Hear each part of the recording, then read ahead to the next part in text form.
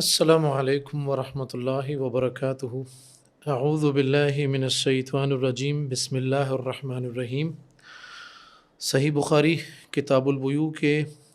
دو ابواب آج ہمارے پیش نظر ہیں، باب نمبر 64 اینڈ 65۔ یہ دو ابواب جو ہیں بنیادی طور پر کتب احادیث میں تقریباً کتب ستہ سنن ابی داؤد کے علاوہ تمام کتابوں میں یہ ابواب موجود ہیں، اور یہ ان ابواب میں جو مسئلہ ڈسکس کیا گیا ہے وہ مسئلہ مسرات کے نام سے مشہور ہے۔ مسرات سے مراد وہ جانور جس کے تھنوں میں دودھ روک لیا گیا ہو۔ تو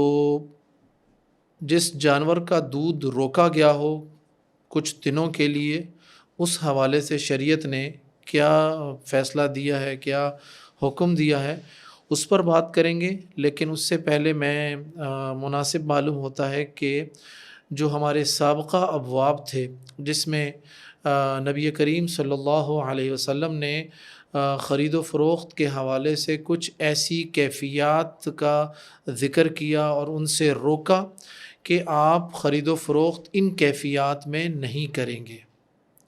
یعنی جن چیزوں کی خرید و فروخت ہو رہی ہے وہ چیزیں فی ذاتی ہی جائز ہیں، ان کا خریدنا بھی اور ان کا بیچنا بھی جائز ہے، لیکن جس کیفیت میں انہیں بیچا اور خریدا جا رہا ہے وہ کیفیت جائز نہیں ہے۔ اور ان کیفیت کو اگر ہم ان تمام کیفیات کو اگر ہم سمرائز کرنا چاہیں، جمع کرنا چاہیں، تو نمبر ایک، جیسا کہ میں پچھلی نشست میں بیان کر چکا ہوں، ضرر،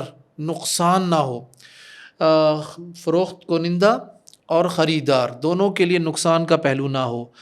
غرر کا پہلو اس میں نہ ہو، یعنی دھوکہ کا پہلو نہ ہو، ابہام کا پہلو نہ ہو، کوئی چیز اس میں کچھ مبہم نہ رکھی جائے، اسی طرح دھوکہ نہ ہو اس میں،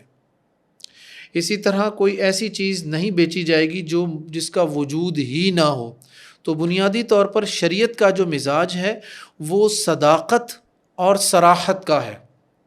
خرید و فروخت میں شریعت نے جو اپنا مزاج ہم پہلے بڑی تفصیل سے ڈسکس کر چکے ہیں، ایک ہے صداقت یعنی سچائی، نمبر دو صراحت یعنی ہر بات کھول کر بیان کر دی جائے، کم از کم اس انداز میں کہ کسٹمر کو اپنی جو وہ پروڈکٹ جو خریدنا چاہ رہا ہے اس کے حوالے سے وہ کسی اندھیرے میں، کسی دھوکے میں، کسی نقصان میں نہ رہے۔ اس حوالے سے صحیح مسلم میں تو بڑی تفصیل سے یہ باتیں بیان کی گئی ہیں۔ امام بخاری رحمہ اللہ نے چند ابواب جو ہیں تقریباً 8-10 ابواب اس حوالے سے مرتب کیے۔ تو آج ہمارے پیش نظر اس سلسلے کا سیکنڈ لاسٹ جو ٹاپک ہے وہ موجود ہے۔ آئیے ذرا اس کا عنوان جو امام بخاری رحمہ اللہ نے لکھا ہے وہ ذرا ہم پڑھ لیتے ہیں۔ باب النہی للبائع ان لا يحفل الابل والبقر والغنم وكل محفلۃ۔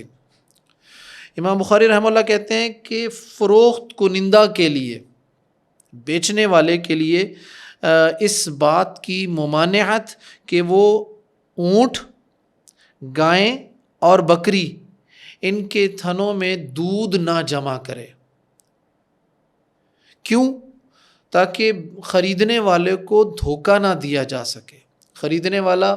جب کسی جانور کو خریدے تو وہ جب اس کے تھن بھرے ہوئے نظر آئیں گے دودھ سے تو وہ سوچے گا کہ یہ جانور بہت زیادہ دودھ دینے والا ہے، یہ ایک اس کے پاس ایک رغبت والا پہلو ہوگا اس جانور کو خریدنے میں۔ تو امام بخاری رحمہ اللہ نے اس عنوان کے ذریعے اس ممانعت کا بیان کیا کہ بھئی یہ چیز جائز نہیں ہے۔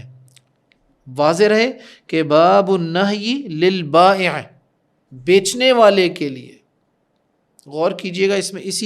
اسی ایک لفظ کی بنیاد پر کچھ محدثین یا کچھ فقہا کہتے ہیں کہ اگر جانور بیچنا نہ ہو کسی اور مقصد کے لیے اس کا دودھ روکا ہے، ممکن ہے بغرض علاج، ممکن ہے کوئی طبی تجربہ کرنا ہو، تو ایسی کیفیت میں ایک محدود وقت کے لیے اس امر میں کوئی مضائقہ نہیں ہے۔ چونکہ اس میں جو نقصان کا پہلو ہے اور جو دھوکے کا پہلو ہے، نقصان کا پہلو اس جانور کے لیے، اس لیے کہ جانور کے لیے یہ تکلیف کا پہلو ہے کہ اس کا دودھ جو ہے وہ نہ دوہا جائے، مطلب یہ جانور کے لیے تکلیف ہے، نقصان ہے، اور خریدار کے لیے اس میں دھوکہ ہے۔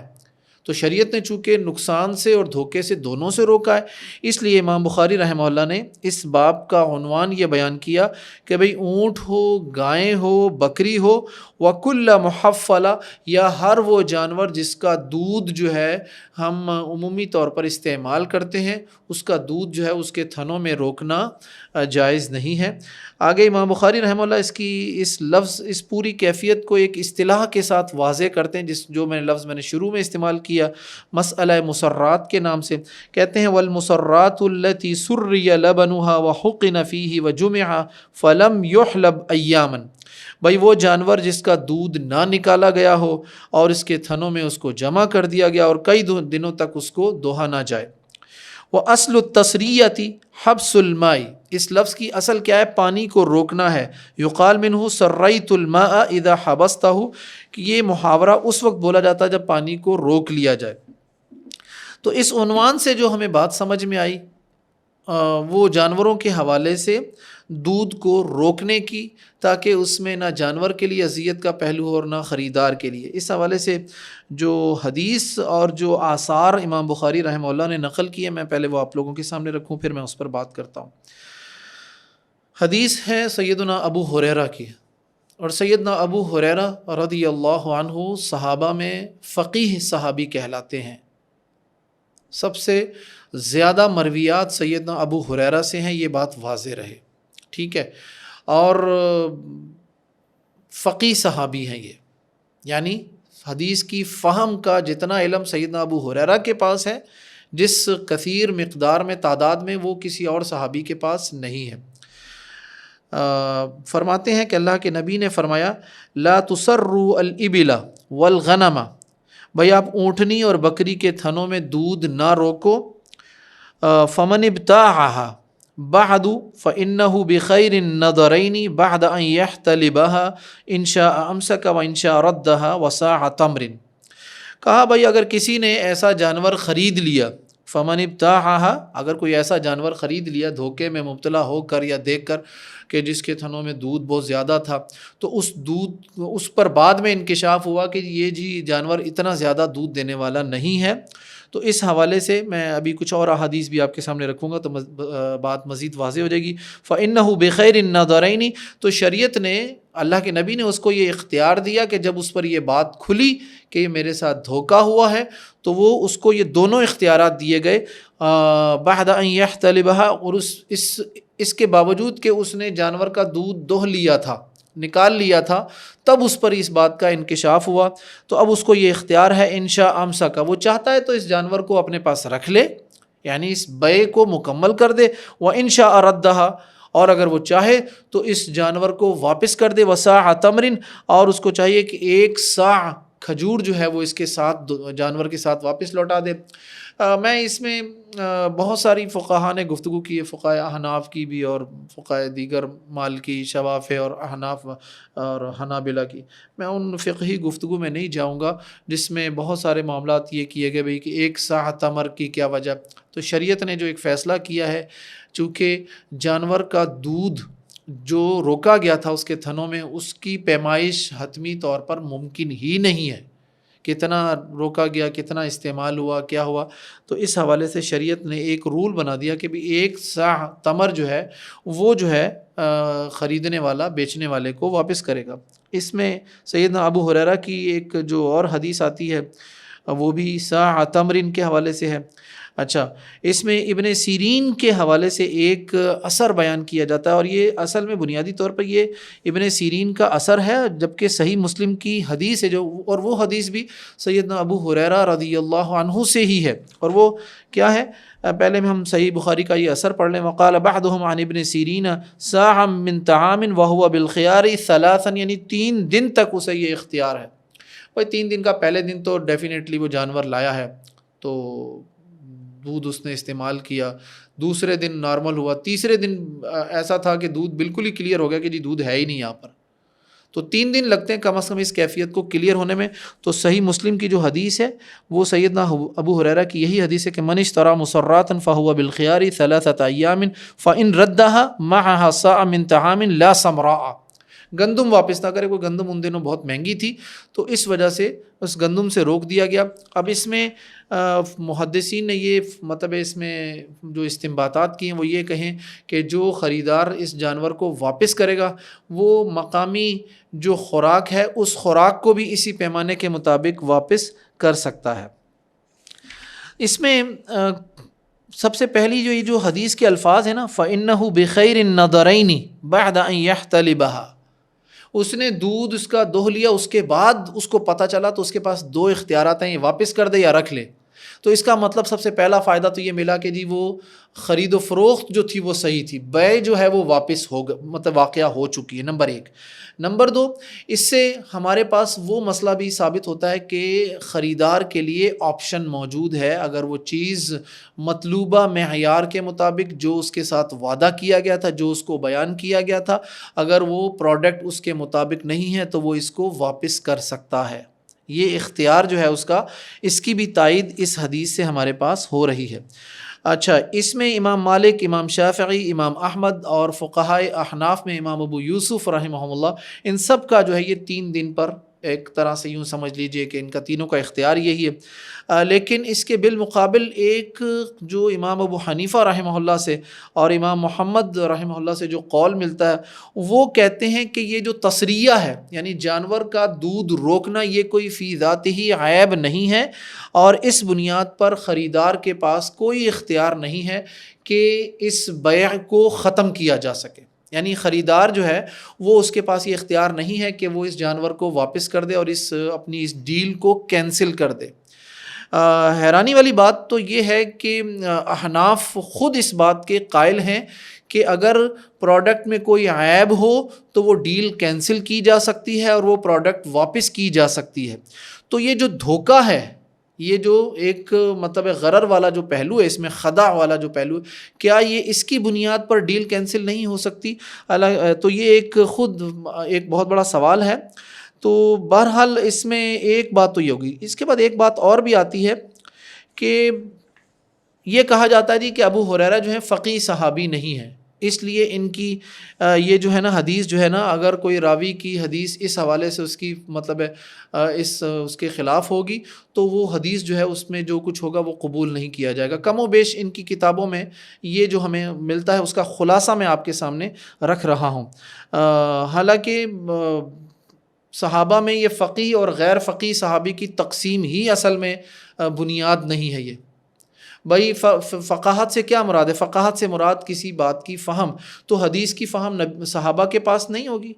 صحابہ نے اللہ کے نبی صلی اللہ علیہ وسلم سے احادیث جب لی ہوں گی تو ان کو سمجھا نہیں ہوگا، تو یہ بات ہی بے بنیاد ہے کہ فلاں صحابی فقیہ اور فلاں غیر فقیہ، جبکہ یہی مسئلہ، جس مسئلے کو وہ سیدنا ابو ہریرہ کو غیر فقیہ ہونے پر جس مسئلے کو ان کی حدیث کو انکار کر رہے ہیں یا اس کی تعویل کر رہے ہیں، یہی مسئلہ، یہی ایشو جو ہے سیدنا عبداللہ ابن مسعود جن کو وہ فقیہ صحابی کہتے ہیں ان سے بھی یہ چیز ملتا ہے ہمیں یہ مسئلہ، ٹھیک ہے۔ تو اس میں دوسری حدیث دیکھیے ادھر، امام بخاری رحمہ اللہ نے یہی وجہ ہے کہ دوسری حدیث جو ہے سیدنا عبداللہ ابن مسعود سے بیان کی، عن عبداللہ ابن مسعود رضی اللہ عنہ قال من اشترى شاة محفلة فردها فليرد معها صاع من تمر ونهى النبي صلی اللہ علیہ وسلم ان تلقى البيوع، کہ جس نے کسی نے بکری خریدی جس کے تھن میں دودھ روکا گیا ہو تو اسے چاہیے کہ وہ واپس کر دے اور ساتھ میں کھجوروں کا 1 صاع دے دے۔ تو یہ امام بخاری رحمہ اللہ نے دوسری جو حدیث وہ عبداللہ ابن مسعود سے روایت کی، جس کو احناف جو ہے عمومی طور پر فقہا صحابہ میں شمار کرتے ہیں۔ تو معلوم ہوا کہ حدیث کی تعویل نہیں کی جائے گی۔ اور ایک بات میں آپ کو اور بھی بتاتا چلوں، بڑی اہم بات، فقہی جو اصول اور ضوابط ان کی بنیاد کتاب و سنت کی نصوص ہیں، نہ کہ فقہی اصول اور ضوابط وضع کیے جائیں اور پھر ان کی تائید میں احادیث اور آیات کو لایا جائے اور ان کی تعویلات کی جائیں۔ یہ 2 بڑے واضح مطلب فرق ہے ہمارے پاس، سمجھنا چاہیے۔ بھائی کتاب و سنت کی نصوص کی بنیاد پر فقہی اصول اور ضوابط کو وضع کیا گیا، یہ منہج محدثین ہے، یہ منہج اہل حدیث ہے، یہ والی چیز، ٹھیک ہے. اور یہ جو کام ہے کہ فقہی اصول بنا لیا جائے اور اس اصول کی بنیاد پر آیات کی اور احادیث کی تعویلات کی جائیں. اگر کوئی چیز اس کے اصول کے مطابق نہیں ملتی تو اس کو یا تو مطلب اس کی ایسی تعویل کی جائے کہ یہ اس اصول کے مطابق ہو جائے. تو یہ منہج محدثین نہیں ہے اور اس رویے سے اجتناب کرنا چاہیے. یہ رویہ ایٹ دی اینڈ انکار حدیث یا الحاد فی الحدیث تک جا پہنچتا ہے، یہ والا رویہ. اگلی حدیث ہمارے پاس سیدنا ابو ہریرہ کی ہے، اس میں بھی اسی بات کو ڈسکس کیا گیا ہے.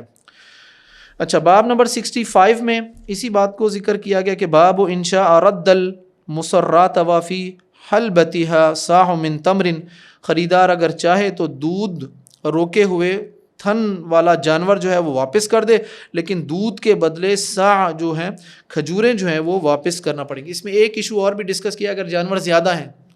ایک جانور کی تو بات کلیئر ہو گئی. چونکہ حدیث میں ایسی کوئی بات نہیں ہے، لہٰذا ایک سے زائد اگر جانور ہیں ان سب کے دودھ جو ہیں روکے گئے ہیں ان کے تھنوں میں، تو جب وہ سارے جانور واپس کیے جائیں گے تو اس وقت یہ ایک صاع جو کھجور ہے یہ ان تمام جانوروں کے لیے کفایت کرے گی. ایسا نہیں ہوگا کہ ہر جانور کے لیے الگ الگ جو ہے وہ ایک صاع تمر جو ہے وہ واپس کیا جائے گا. الا یہ اگر خریدار خود اپنی مرضی سے اگر کوئی ایسا فیصلہ کر لیتا ہے تو وہ ایک الگ بات ہے، اس میں کوئی مضائقہ نہیں ہے. تو ثابت یہ ہوا کہ ممنوع خرید و فروخت کے حوالے سے ایسی کیفیت جس میں غرر ہو، دھوکہ ہو، وہ خرید و فروخت جو ہے وہ جائز نہیں ہوگی. جیسا کہ ان دو ابواب نے امام بخاری رحمہ اللہ نے ایسے جانور کی خرید و فروخت کے حوالے سے شریعت کا موقف بیان کیا جس کا دودھ دھوکہ دینے کی غرض سے روکا گیا ہو. السلام علیکم ورحمۃ اللہ.